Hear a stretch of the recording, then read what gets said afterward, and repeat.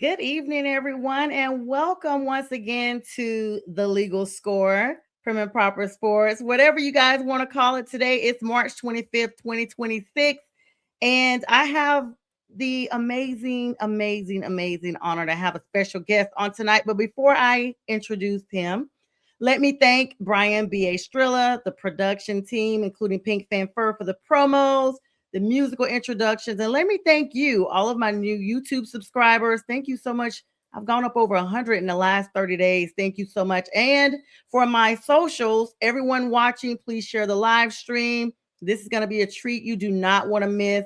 I want to welcome everyone in and introduce my guest. This is going to be Mike Lyle. He's creator of Lyle Multimedia, and he's also host of the morning edition of KUNC.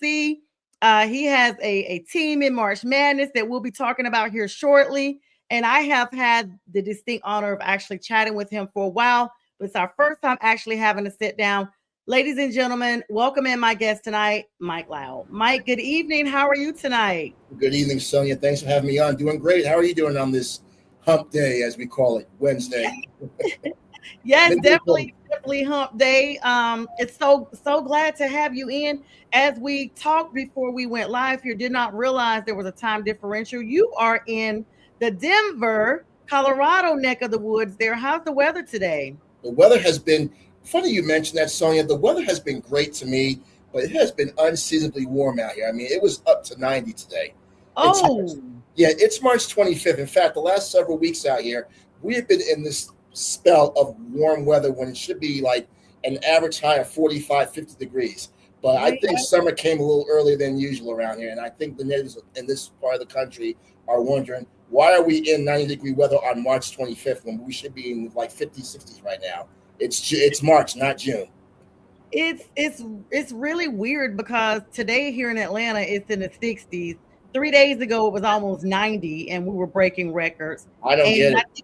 it's there's no ozone anywhere. So glad to see you and see the nice background view you have there, mountainous. So I'm a little jealous. I'm gonna get to Colorado here one of these Gotta days. come out here and visit. You're gonna love it out here. It's such a nice state. It's a lot to do out here, and it's a big sports town, as I'm sure you know. We have a Yes, lot of pro teams out here, which I cover, and it's a big time to be a Denver fan out here.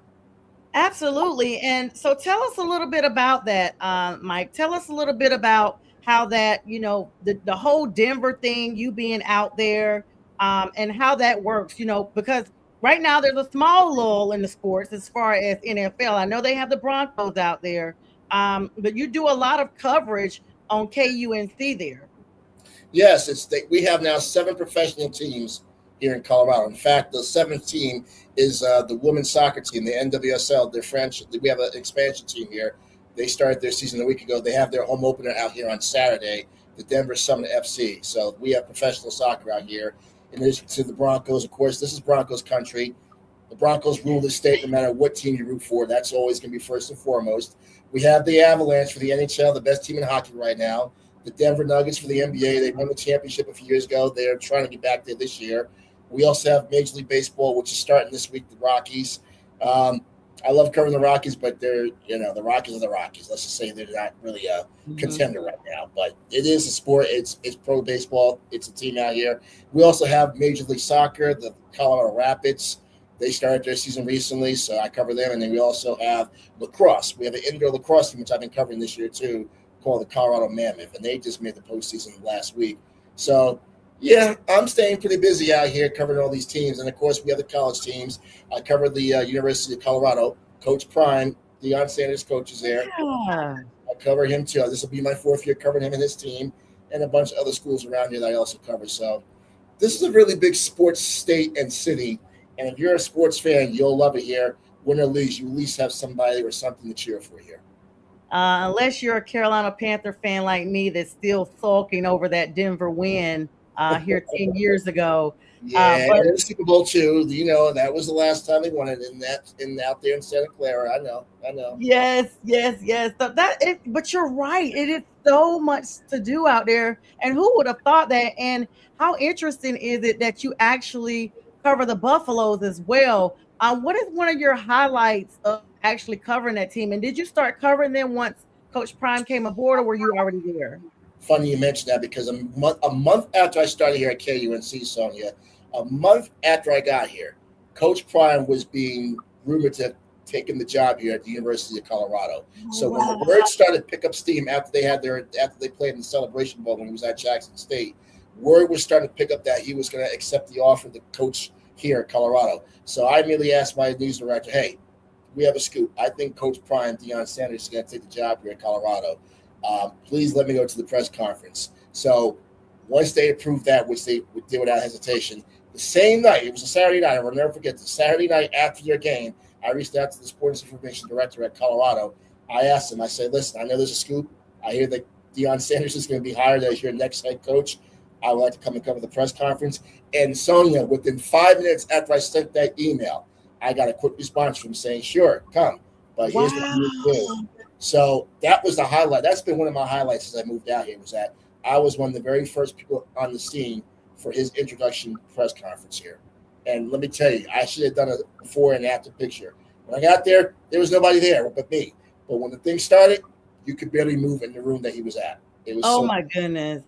Oh my goodness. And that is such a, I don't want to say notch on your belt, but that is literally such a career notch on your belt there, Michael. It's great to be a part of that. Let me tell you. And like you literally had the plug. Right. And the thing is that he was here, and it wasn't just a local story here for Colorado. It was a national story because everybody knows who Deion Sanders is. We grew up watching Deion many years. You're a football fan. I'm a football fan. We all wanted him in prime time when he used to do all those crazy dances. The fact that he's coming here to coach this football program, mind you, a year after they had just won one game, he's taking this job after being at Jackson State, brought his son Shador and Travis Hunter, the rest was history after that, to come here to good old Colorado because he got paid a nice little sum of money to do that, and that's why he's still here. And now here he is in our backyard. Deion Sanders is coaching this football program. Couldn't have asked for a better storyline than that. Yes, and talk about a way to propel yourself into the limelight as well. I mean, we have to be able to add a girl and add a guy ourselves here when we need to. And I'm going to be add a guy and you here, Michael, because that is amazing. And I never would have known that. Like, talk about getting a chance to know the background story before it was in the forefront here. So that's awesome to know. We got a comment coming in here. Hello to Brian, the production I told you about, Mr. BA. He says hello and welcome, Mr. Lyle. Hey, Brian, thanks for having me on, buddy. Appreciate you. Absolutely. And thanks for all the behind the scenes thing that you and Pink Fanfare did. I mean, when you think about it, though, Mike, it's such a welcoming time for Coach Shador. Like you said, Coach Sanders. Like you said, Prime, he brought Shador, brought Travis with him. And we've had a chance to see the maturation of his coaching from when we saw him at Jackson. Of course, we saw him shine the light on just how impoverished that entire city was with the water situation and things of that nature. And Jackson just could not simply afford him anymore. But he brought what he needed to at that time. And then, as they say, he has to eat as well. Sonja, what was bothering me about the situation with how he left Jackson State, it's like anything else in life. You get a better job opportunity, like I did in my case, and that's why I'm in Colorado after being on the East Coast for so many years. You don't ever downgrade your status because you want to please other people. You do it for your own benefit. Mm-hmm. Coach Prime took the opportunity to come here because he was asked to come here. They wanted him here. I was told by a local colleague here that he actually had another offer. He might have been going to another SEC school, which I think was Auburn, which was, I think. Oh, wow. Yeah. So I think they were trying to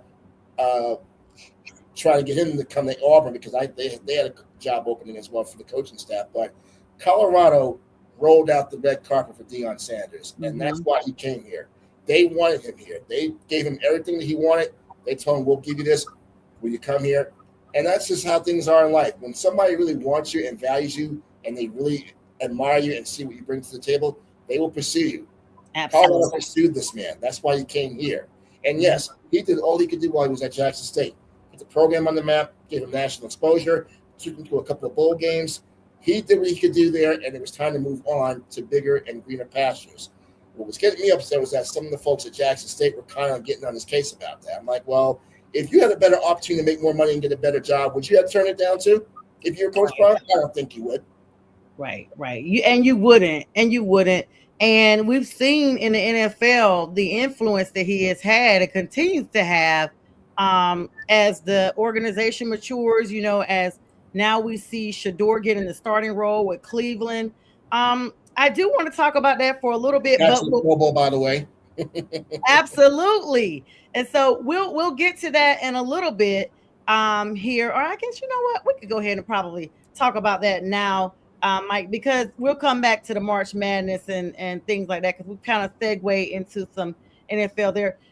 The Shador situation, from the perspective of us as fans, you as the media, things of that nature, not necessarily being a Cleveland fan, but just wanting to see someone succeed and knowing, what actually is going on. I don't know if you can actually mention anything, but without mentioning anything, but we all saw how it just didn't seem like No. Shador was never supposed to be the starting quarterback, not even a backup for Cleveland, despite whatever happened.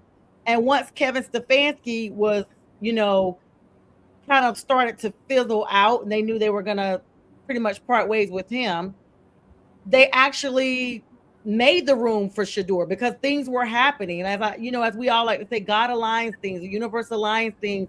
So they happen the way they should. What were your thoughts as that process from the onset, from the draft up to where we are now? Shador had an opportunity. I didn't like the way the whole draft situation played out. I don't think many of us did. But eventually we kind of figured he was going to get drafted somewhere. I was like, this whole draft weekend cannot end without him being drafted. I mean, he had a draft rehearsal here in Boulder a month before he went to the draft. It was a weekend call, being hard to find. His father put on a draft day type of audition, and it was like a combine type setup here in Boulder on the campus at the University of Colorado campus, where local media like myself were invited to watch him and Shador and a few others perform and rehearse, if you will, like a dress rehearsal for any scouts that wanted to attend to see what he was about before we got to the draft itself. So he was showing everybody what he was made of before he got to the actual draft. Yeah, politics played a role in that too. You know how that goes in sports sometimes. But eventually he did get drafted. I didn't think he was going to go to the Cleveland Browns of all teams, but at the end of the day, he did get drafted, and that was the objective, that he was going to get drafted somewhere. We knew it was going to be someplace. Cleveland was the last thing on my bingo card he was going to end up at, but he did. And, yeah, he went into a situation where I believe the quarterback there was Joe Flacco, if I'm not mistaken, one of the starting quarterbacks. And then once we saw how that all played out, I would say give it about 3 or 4 weeks before Shador gets a starting role. Because how can you continue to let the team play like they are and they're not seeing that, okay, your system is not working with your starting quarterback? This guy, Shador, has been coming to practice. He was committed to the whole pre-draft workouts. When he got drafted, he was showing up every day at practice. He was committed to working out every day, getting better. People already had a knock on him saying he wasn't going to cut it because he just wasn't good enough to play at that level, even though he had a very stellar year out here in Colorado before he went to the pros. So it's like, well, he can definitely play at this level. He was committed to showing him that everybody that he can do it, and he was committed to doing that. And once he finally got that opportunity, he proved all the doubters wrong. I think it started in preseason when he played against against your boys in the preseason. I said, what you got to say about Shador? I don't care if that was preseason. Everybody's, that was a preseason game. So what? He showed you that he could play NFL football, and they won that game, and he was the highlight of that weekend.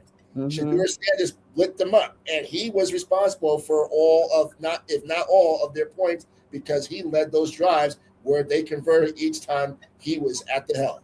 And I was saying that, hey, at some point, he's got to be the starting quarterback for Cleveland. They just cannot continue to go with Joe Flacco, especially when, and they went to the other backup. It's like, okay, when are you going to put this man out there now? It's like, you guys see it's not working. You're going to 6 weeks without him not starting. The team's going nowhere. The coaching staff doesn't know what they're doing. Kevin Stefanski's not doing the right job. It's time to stop playing politics. Get that man out there and let him show what he can do. And what did he do? They might have lost their first game. The second game, he beat the Raiders. Yeah, he balled out. He balled out. And my point is that he needed the opportunity to show that he was committed to balling out.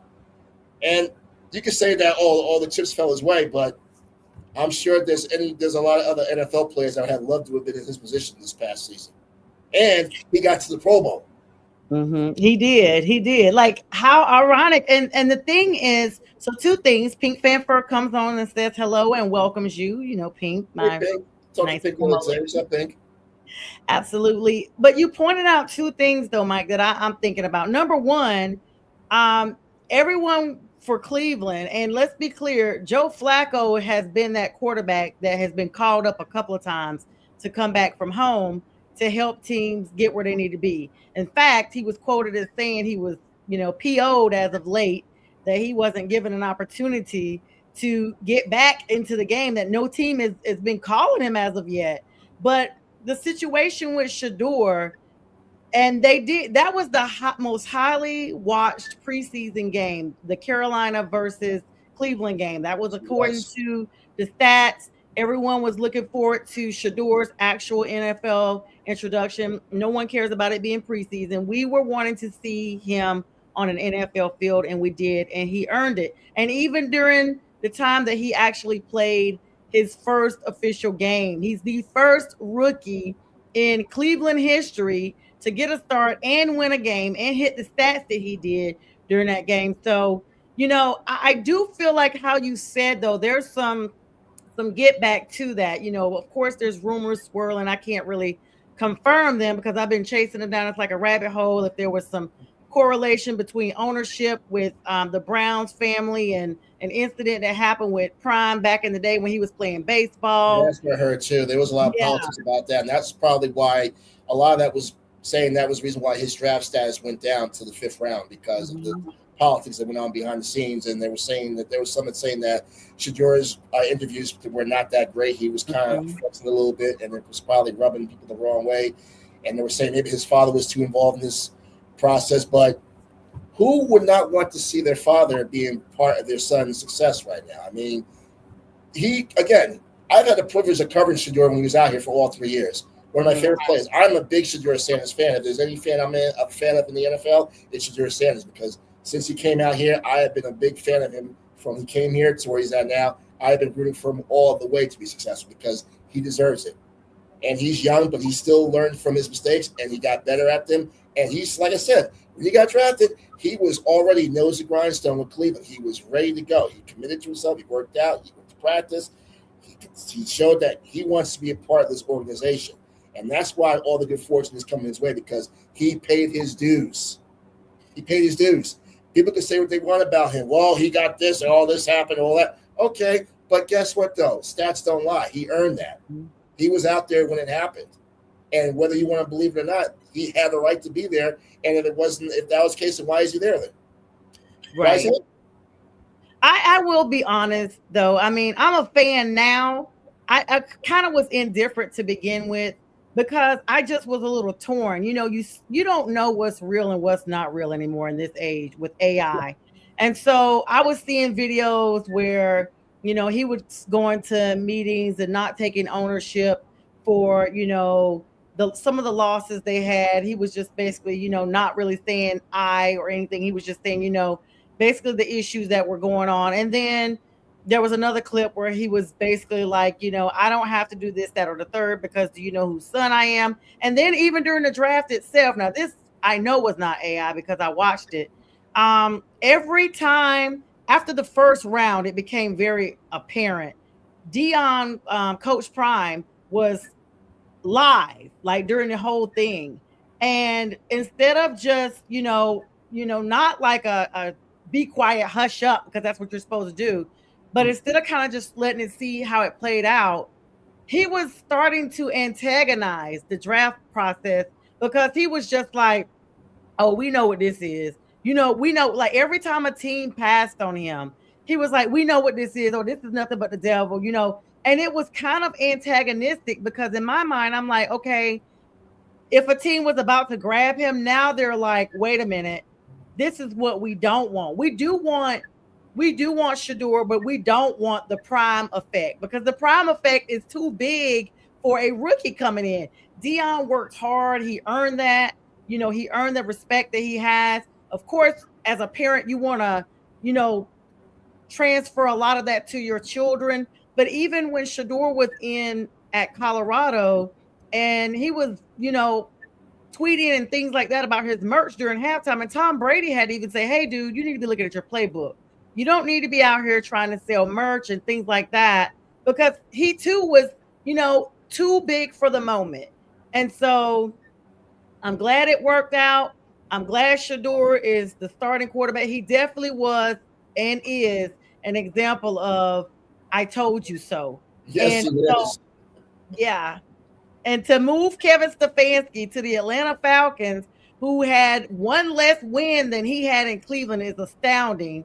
But if that's what the Falcons want to do, more power to them. Have at it. Good luck to them with that move. I didn't Absolutely. get that either. I was like, okay, well, you're going from this to that, but We want more wins from my Panthers. We got the broom out last year. We'll bring them up this season. So there's that. Well, I think there's no question. It's going to be.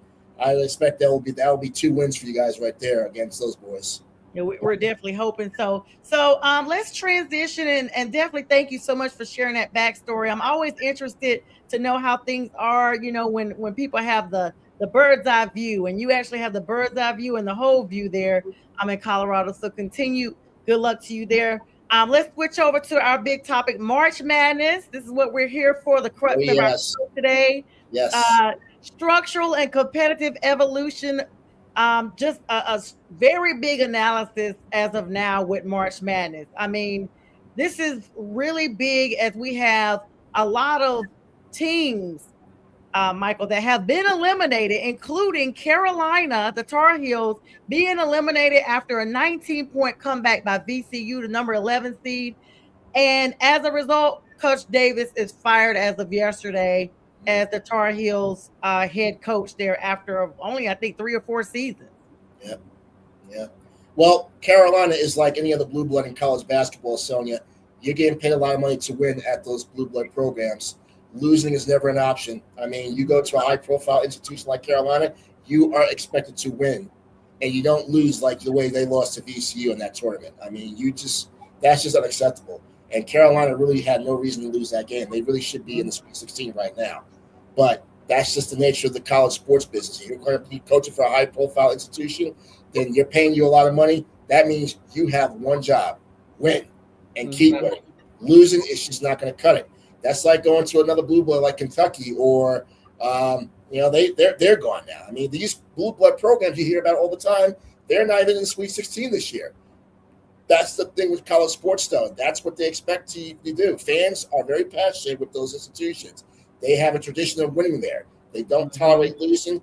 Hubert Davis is an alumnus of UNC. That's great. But at the end of the day, as you know, and this is what it's always been in sports, especially now in college with this era of NIL, the transfer portal, players getting paid now, they really expect these coaches that get paid a lot of money, 7 figures in some cases because of the institution they coach at. They expect you to win games and make tournaments and get to the Final Four, and most importantly, win national championships, because fans really, really, really go hard for their institutions that have been known for winning. And when you don't succeed at that level, you're out. We're seeing a lot of new things. You're in Georgia Tech. You so happy with yes. Meyer. Former NBA star, was a great point guard for many years, but Georgia Tech said, yeah, you might be a great NBA player, but you're not translating that to wins at Georgia Tech. And, that's another institution out there. They're also pride in winning. They have a good history of success down there. If you're not winning games, no matter what your status is, you're not going to cut it. Yeah, you're not going to cut it. And like you said, though, we saw this in the college realm for the college football playoffs. We saw a lot of big news of big teams that we never saw. And I say big because they came up big. It wasn't UGA anymore. It wasn't, Alabama. Those guys were at home early. And so you get a chance to look at that and see what that is all the way around. And it's just like, okay, here we go.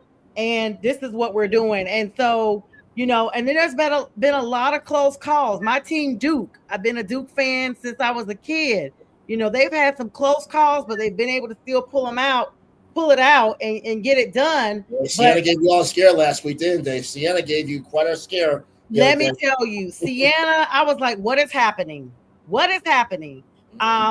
They did not want to upset because then that would have been the second team to upset a number one team. I think in like No, the that'd be a third March team. That would be Madness the third. third team. Yeah. NCAA history. So, I mean, it's a lot going on right now. Of course, we're now the Sweet 16. Of course, Duke is still number one. They're taking the great Rick Pitino, who has got it number 5 seed St. John's to their first Sweet 16 since 1999. And this is going to be in the late night window. Two-time national champion Dan Hurley. Remember him? Bobby Hurley's brother, Oh, Duke yeah.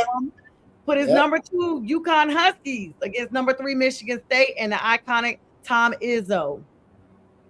If you recall, and this is what I'm thinking about when I saw that matchup, 2014, I was living in Connecticut at the time. That was their third championship they won that year. I'm sorry, that was their fourth year because it was their fourth championship. They actually played Michigan State that year when Kevin Ollie was the coach at UConn, and they had played that regional final at Madison Square Garden. And that was a year after UConn was banned from the tournament because of inaccurate, because their academics weren't great.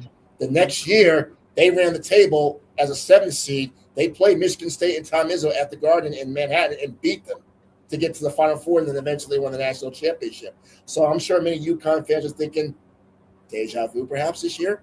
They beat them once before. Maybe they can do it again. And it's also in a neutral site on the East Coast in D.C., in Washington. So they're not too far away from Manhattan. So perhaps they have a little bit more of a fan base that's going to be, those UConn fans will travel down I-95 to D.C., and we'll sell those tickets and get those seats filled up. And it's going to probably be more of a pro UConn crowd, I think.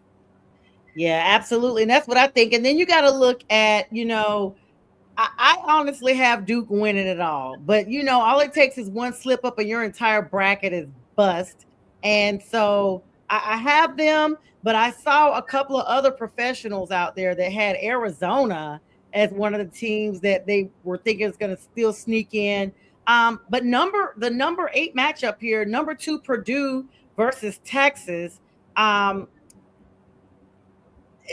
Coach Sean Miller, he didn't look or sound like a coach, actually, Mike, that believed that his team would actually make the Sweet 16 after the Longhorns suffered that surprising loss to Ole Miss in the first round of the SEC tournament. But he barely squeaking into the field of 68. Texas is the only double-digit seed left standing. So if you look at that, here comes Cam Hyde revenge game. Longhorns Jr. is wishing, and his junior wing or whatever is facing his former team after drilling a huge late shot to help Texas pass Gonzaga in the second round, which was another shocker. I remember Gonzaga being that nemesis from back in the 90s. Yes. And here we go again. Yeah, I don't know what's going on with Gonzaga, though, because I still think they are just due for a championship now. I mean, they've been in this thing for so many years. I don't know. Mark Few has done a great job with that program over the years, but they are just – I don't know why they just can't get over that hump. I mean, a few years ago they got there, but they lost.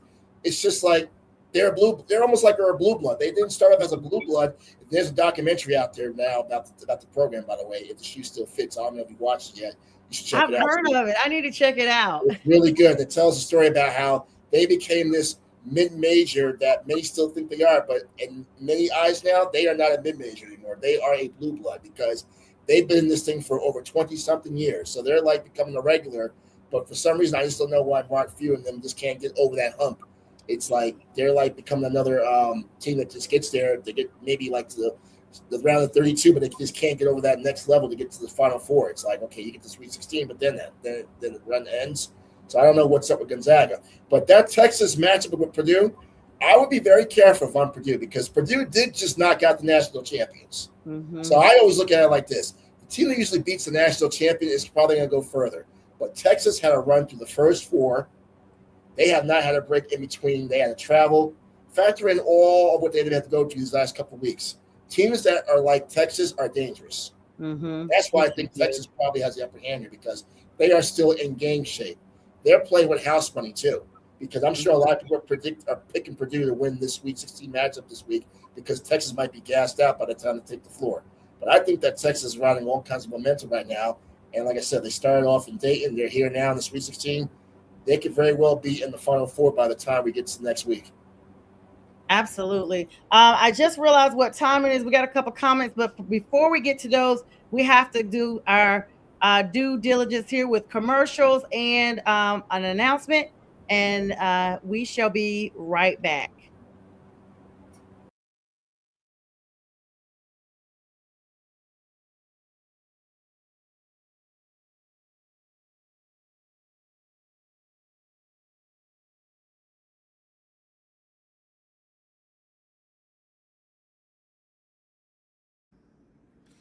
Hey everyone, it's Pearson. I'm so blessed to have been crowned 2026 Miss Jabberwock, and I just want to say thank you so much to everyone who has supported me with fundraisers or just donations in general and everything, including my parents and also Sasha for using her platform and also helping me as well. Just thank you so much. All glory to God. Thank you.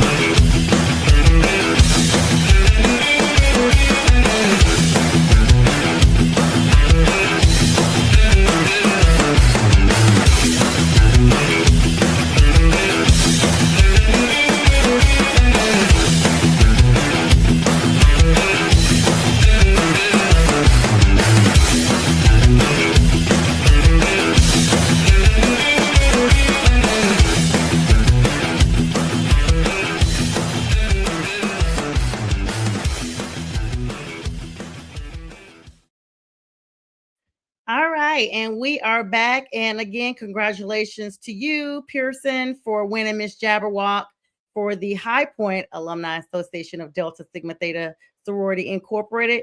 That is my niece, and congratulations to her again for that crowning. And thank you to all of you all for the support that you've given her.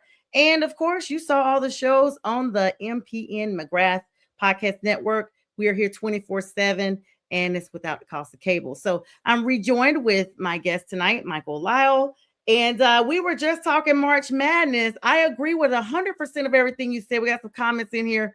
Pink, we'll get to your comment about the women's in a moment since we're still talking about the guys right now. No Filter Boss, thank you so much for joining us. He says hello, bring me up. Great to see you on tonight. The next game, number 7, Iowa State versus number 6, Tennessee. It's hard to find another program, Mike, except for maybe Houston, that's played consistently elite defense at the same level as Iowa State and Tennessee over the past 5 years. But the questions entering this matchup are around the health and effectiveness of the star Joshua Jefferson from Iowa State and Nate Ament from Tennessee. Now, Jefferson actually missed the Cyclones' second round win over Kentucky. That was definitely a big upset. The Wildcats already being defeated.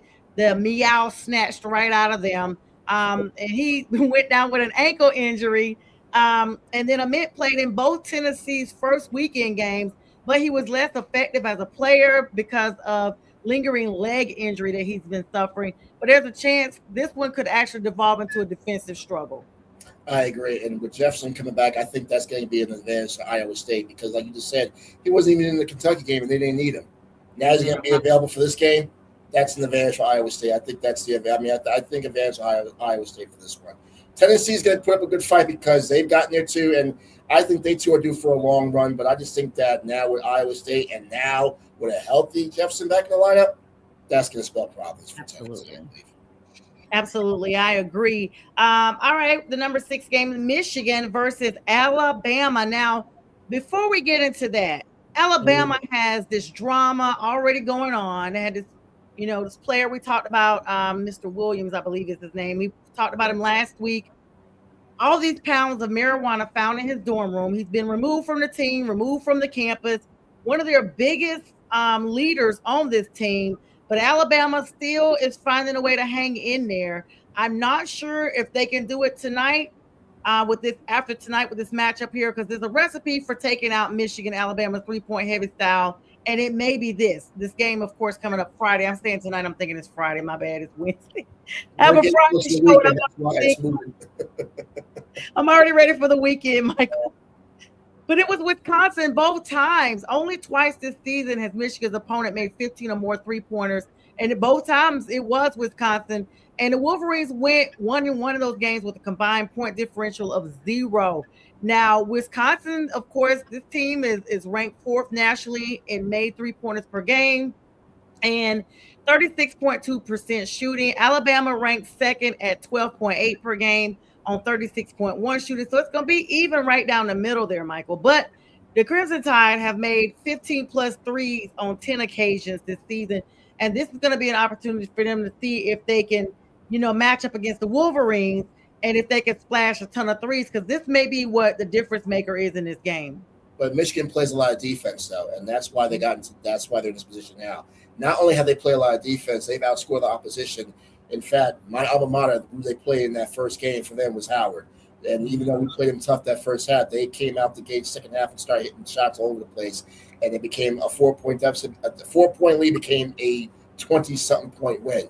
So they have played some very good defense these last couple of games.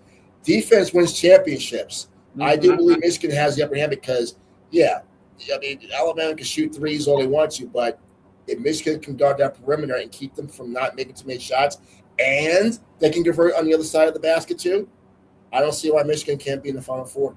I just think they almost have – it's almost looking like the Fab Five from the 90s. You remember those guys? Yes. They're playing like them. They're playing like them. They're playing just like they were, just like that crew, offensively and defensively. They just have the total package right now. They do. That's awesome. And let's put a plug in right now for your favorite basketball team, Howard.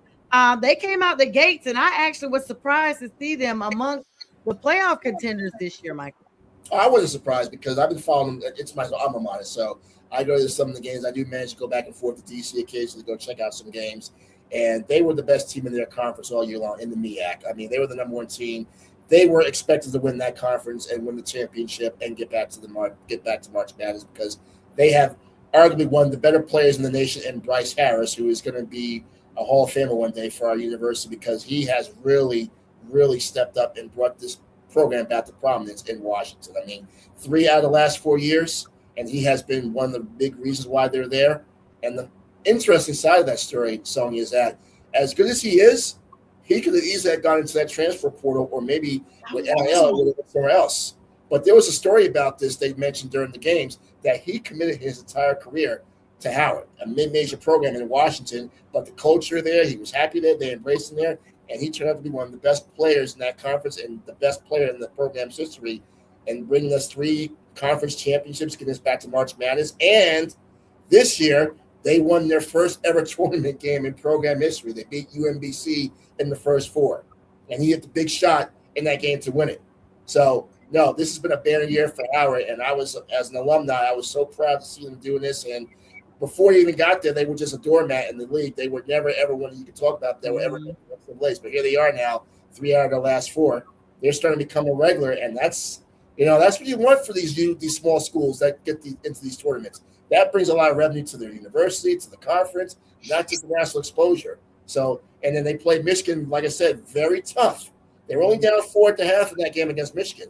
So I'm thinking, you know what? Why not us maybe be another 16 that could be a number 1? Eventually, Michigan, as I mentioned, they start hitting the shots, 3 points. They were playing defense, and we ran out of gas.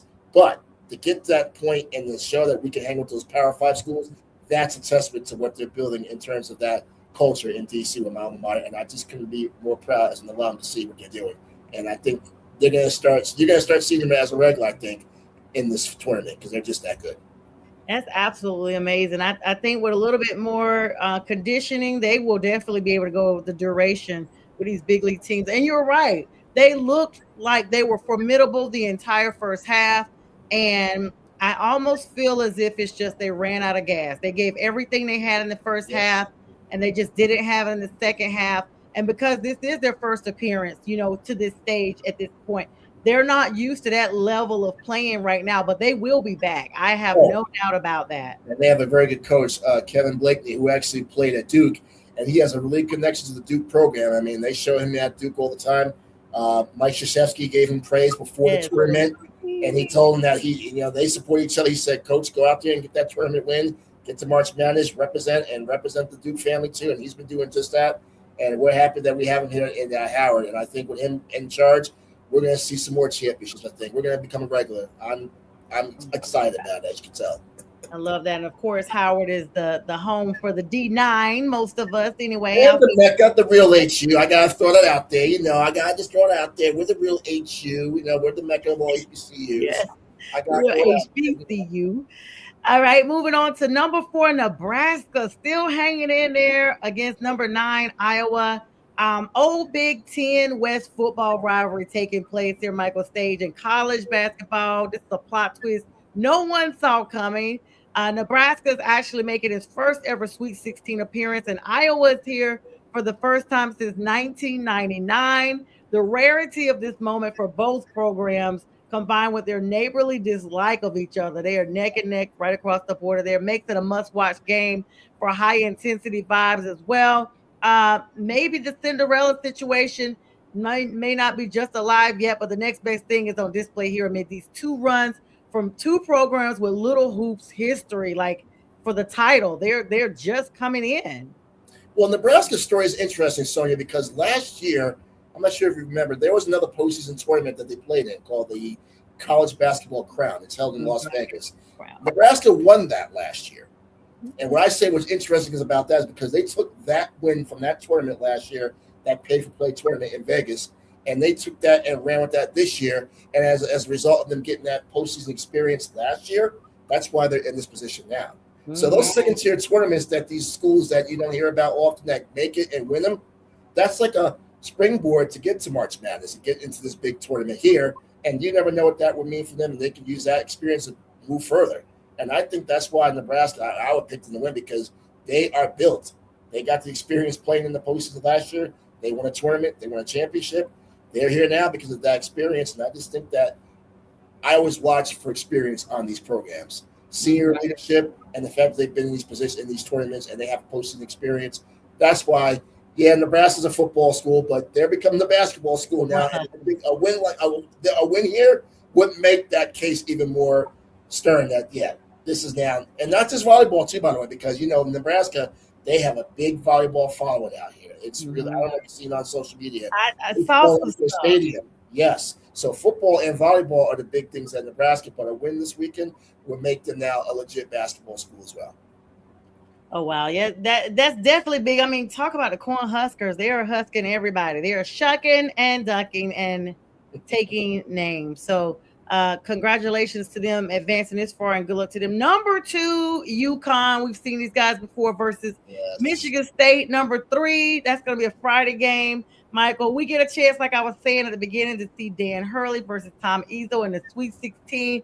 This is a run back for them. This is the right to face Duke or St. John's in the Elite 8 is a gift.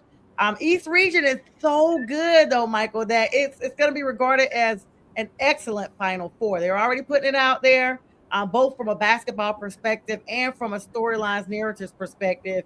Michigan State has an edge at the point guard with Jeremy Fears Jr., but UConn has a more play matching elsewhere on the perimeter, because when you look at how the matchup is going down with them, it's going to be a battle between Alex Karabin of UConn and Jackson Kohler of Michigan State. So this is going to be, I'm looking for a lot of points on the board on this one, Michael.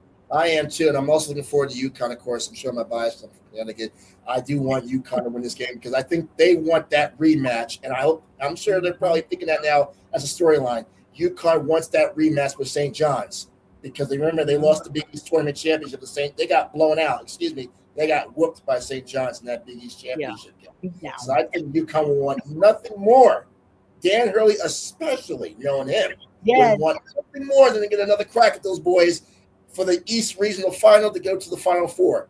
That would be the icing on the cake if they can get there and then win it, because then that would be the game that matters the most at that point. Because now we got the team that we wanted to beat in our conference tournament, but now this is going to go to the Final Four. I would think the storyline is going to be that UConn versus St. John's Part 2. This time though, it's in DC again. I still think a neutral site is going to favor UConn more because their fans are going to take over DC this weekend. I know it. Yeah, they really are. And then if you think about it from that perspective, DC is just going to be really busy anyway. Yes. It's always busy, but when this time of year, they don't call it March Madness for no reason. No. And Razorback star Darius Acuff Jr. is mounting a late charge for National Player of the Year. I'm talking about none other than Arkansas, number 4 versus number 1 Arizona. Our next matchup for Thursday night at 9:45. The NBA mock drafts have just put his name at the top repeatedly as one of the top draft picks. Arizona's Braden Burris, of course, is also more low profile compared to him, but he's also projected to be a first round pick in the midst of a great freshman year. I mean, they're a little ahead of the game, but hey, who knows when you come out into the league, there, Michael. But Malik Thomas and from Arkansas and Arizona's Jaden Bradley are also those fearless shot takers. The Wildcats are markedly more rugged inside, but Arkansas has a cuff, and this should be a fun matchup. Watch for offense in this one, I think, because those players you mentioned, offensive studs. This might be a high scoring game. I don't think we're going to see as much defense. I think you're going to see it probably in the 80s and maybe even 90s if they can really go out there and put on a clinic with their shooting. And I think this is going to be one of those high scoring affairs. But I'm going to put the edge towards Arizona because I just think this is more of their backyard. This playing right into their hands. Arkansas is a great team too, but Arizona has been on this stage before, and I think they're gonna take advantage of this being on this stage now. I think favoring Arizona. Yeah, and they have Probably not by a lot. High scoring, yes, maybe by 4 or 5 they win by though. I think it's gonna be a close game. There's some people that's thinking, some mock drafts out there, mock brackets, I should say, have Arizona taking it all. Which leads me to the next game here. Kevin Sampson's Houston. Kevin Sampson, alumni of my alma mater, University of North Carolina at Pembroke. Head coach there of Houston. We've seen them the last couple of seasons and in several heartbreak situations. He's back again to run it back as a number 2 position this time versus number 3 Illinois. That game is Thursday at 10. And Houston's, with Ken Palm is number 4, while Illinois is number 6, which means actually the 2 of the 5 best teams still remaining, Michael, are in the field or squaring off earlier than you would think, especially with it just being a Sweet 16. But a matchup like this is the upside of some big weekend action as we get 2 projected lottery pick guards going head-to-head in Kingston Flemings from Houston and Keaton Wagler from Illinois. It's going to be a multi-dimensional offensive prowess. When we look at offense, it's going to be the highlight, the creme de la creme. And let's not forget, Houston is known to be ferociously defensive. And like you said, defense wins championships. I'm thinking that Houston is still going to pull this one out, but this environment is going to be electric, Michael, especially since the Cougars are playing in their home city. And that right there is why I am going with Houston as well. You just said it. Home court advantage, yes, it's a neutral site, but it's in their backyard. The fans will be there. You can't bet against Coach Sampson either. Don't forget, after what happened to them last year, they are hungrier to get back to the Final Four and this time win it. Florida's not in their way now. Now they have a legit chance to get there and probably take this thing. So I'm going with Coach Sampson, and like you said, I'm going home court. You can't go against home court in these tournaments, even though it's a neutral site, but there's gonna be a sea of a lot of red and white in those stands. Yes. Absolutely. And then our big game, number 1 Duke versus number 5 St. John's. That's Friday at 7:10 p.m. Eastern Standard Time on CBS. Since losing 72-40, I was so irritated at that game. Lost at UConn on February 25th. St. John's got blown out by them. They've operated as the second most efficient team in college basketball. It was like it was a learning lesson for them. But the Red Storm are on a tear that even Duke may struggle to stop. The Blue Devils own the nation's longest winning streak at 13 games. Yes, but even they haven't been at their best during the postseason. We got a couple of injuries. Seems like every game somebody's going down with a hand or an ankle or something. But it's cross-generation coaching battle, though, Michael. 73-year-old Rick Pitino versus 38-year-old John Shire is one that's going to be appreciated because it's almost like teacher teaches student, but student teaches teacher later. Shire wasn't even born when Pitino led Providence to the 1987 Final Four. He wasn't born when Rick Pitino was coaching the NBA, too, by the way. Yes. Okay.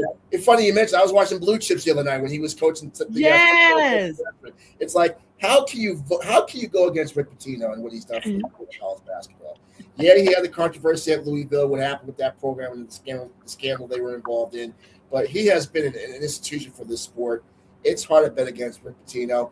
Yes, they had a fortunate last-second buzzer beater last week to get them into the Sweet 16. Maybe we're talking a different conversation. Obviously, if they don't make that shot. But it's hard to bet against him. It's hard to bet against Pitino. He's like the very last few of those coaching greats in the sport. You just can't. It's hard to go against the guy. He recruits. He makes his players. He motivates his players. They work hard. They were not a fluke in the Big East this year. That's why they're in the Sweet 16 now. So Duke might have the upper hand because they are the number one seed. But coaching, I think, is going to be. It's like playing chess versus checkers here. Now you play checkers and chess. Chess is about strategically moving around with players. I'm sure Rick Pitino is going to know just how to play this game and how to strategically try to find ways to shut down Duke and their star players and keep them off that perimeter. Not only playing some old school, by the way, Big East style old school defense, which was a mantra for the old days of Big East basketball. Yeah, absolutely. And you're right. It's so hard to say, okay, I'm going to go against Pitino. Like, it's almost like it's the cardinal sin to go against him because he's so highly regarded in basketball. Like you said, not just in college, but also in professional basketball. But we shall see. I definitely want to make sure that Duke pulls this one out and goes all the way. We're going to wrap up the last 6.5 minutes we have here with some women's basketball. Flau'jae played her last home game at LSU. She's a senior, of course, definitely expecting her to go into the draft here. I'm very emotional with her and her mom. But before we get there, like Pink says, South Carolina, Dawn Staley will not stay down. That lady is the real MVP. Okay, this is about to jump in and shut everybody down right now. The UConn women are the number one team and undefeated. They're going to run this thing to the finish line. Another undefeated season and a championship. You cannot doubt the GOAT. Oriema, GOAT, and I didn't mean that. And I love Dawn. Dawn's great. She's always going to be right up there with us. She's from up that we way. Understand that, but let's not forget though, this whole era started with Gino in those early in the early 90s. It all started with Gino. That rivalry he had with the late great Pat Summitt. It just snowballed from there. And right now, UConn is looking like a team that is just unbeatable right now. They haven't lost a game, and they're margin of victory. They're number one victory the other night against Syracuse. Yes. They're number one, and they are playing Friday at 5 p.m. versus the University of North Carolina. Their ladies are still in it, the number 4 seed.